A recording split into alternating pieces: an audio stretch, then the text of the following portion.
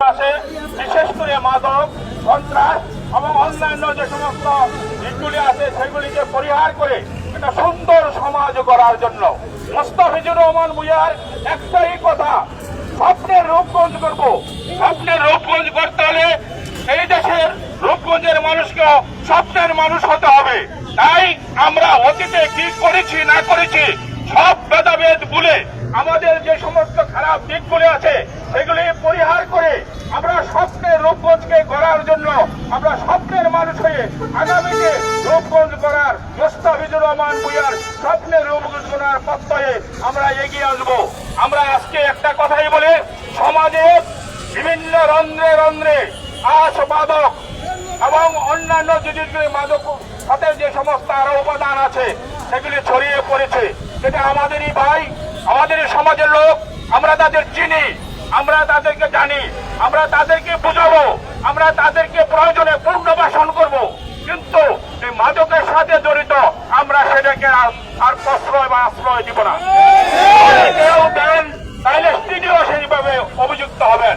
মোস্তাফিজুর রহমান ভূঁইয়ার দীপুর কথা, যদি আমার নিজস্ব কোনো লোক হয়, আমার নিজস্ব কোনো আত্মীয় হয়, তাকেও ছাড় দিবেন না। প্রশাসনও সেইভাবে নির্দেশনা পেয়ে গেছে। আমরা আশা করি প্রথমে রূপগঞ্জ থানার মধ্যে এই গোলাকান্দাল ইউনিয়ন এই কাজটায় আমরা অগ্রগামী হব এবং আমরা এই মাদক করবো, আমাদেরকে প্রতিষ্ঠাতা করবো এবং মোস্তাফিজুর রহমান ভূঁইয়ার হাতকে শক্তিশালী করবো এবং আমরা স্বপ্নের রূপগঞ্জ করবো এবং স্বপ্নের রূপগঞ্জ করার পথে এই আশাবাদ ব্যক্ত করি। সবাইকে ঐক্যবদ্ধভাবে নিয়ে আমরা এখনই এই সন্ত্রাসের বিরুদ্ধে আমাদের যে মিছিল, সেই মিছিল আমরা আরম্ভ করতে যাচ্ছি। এই মিছিলটি আমরা ঘুরে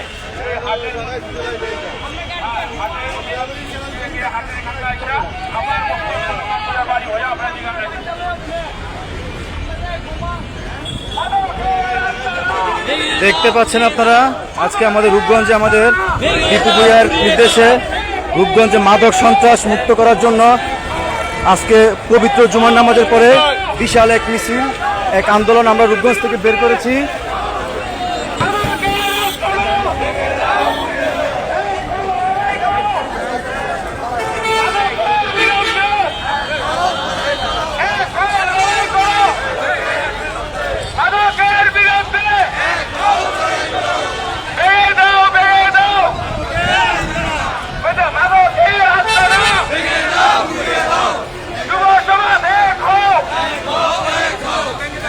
আপনারা দেখতে পাচ্ছেন আমাদের রূপগঞ্জ আমাদের দীপু ভূঁইয়ার নির্দেশে আমাদের রূপগঞ্জে কোনো মাদক থাকবে না, রূপগঞ্জে কোনো মাদক থাকবে না।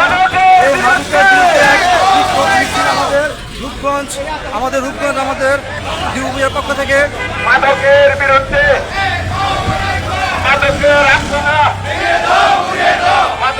আস্তানা ভেঙে দাও, ঘুরিয়ে দাও, ঘুরিয়ে দাও, মাদকের আস্তানা, ঘুরিয়ে দাও, মাদকের আস্তানা।